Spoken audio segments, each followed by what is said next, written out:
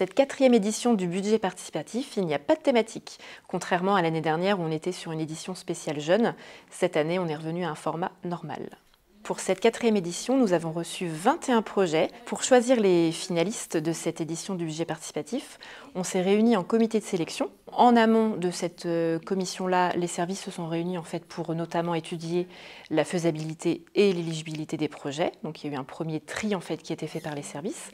Et ensuite, entre élus, on passe projet par projet, on les vote à main levée, puisque ça s'est terminé à main levée. Il y avait quand même 4-5 projets qui étaient, on va dire, semi-finalistes. Et les 3 lauréats cette année sont les Fruits pour tous, les Pavillons bleus et la Plaine de jeux et de loisirs Joséphine Baker. Alors le projet, il est simple, c'est de planter des fruitiers dans la commune de Pornic qui sera accessible à tous les habitants pour pouvoir avoir accès à des fruits gratuits.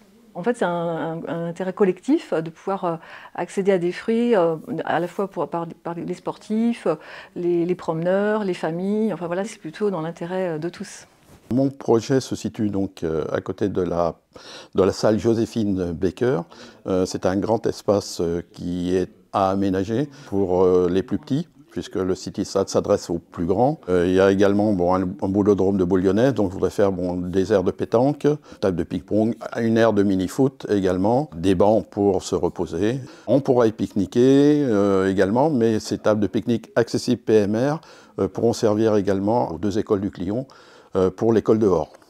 Alors le projet Pavillon bleu c'est un label qui est décerné aux communes balnéaires pour la durabilité de l'entretien de l'écologie. On s'est inspiré du pavillon bleu pour créer des petites structures en forme de pavillon bleu qui permettront aux gens de se rencontrer, d'échanger, de s'asseoir, de discuter. Et ce sont des petits pavillons qui vont être créés à partir de matériaux récupérés dans les entreprises du territoire. Les projets seront diffusés sur le site internet de la ville, sur tous les réseaux sociaux, par le biais de la presse également. Nous serons présents physiquement sur les 3 marchés de Pornic le premier week-end de février, donc le samedi 1er au marché de la Birochère et de Sainte-Marie, et le dimanche 2 au marché de la Ville Haute de Pornic. Tous les Porniquais sont invités à voter durant tout le mois de février, donc le 1er février et le lancement de la campagne de vote.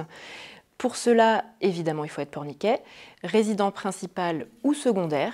Il n'y a pas de limite d'âge, donc même les mineurs, les jeunes peuvent également voter. Et pour cela, ils peuvent le faire de 2 façons différentes.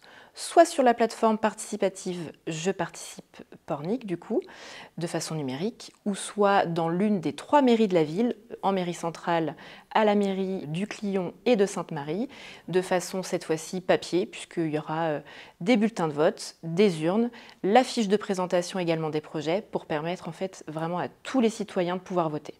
J'invite tous les Porniquais et Porniquaises à voter durant tout le mois de février pour leur projet coup de cœur.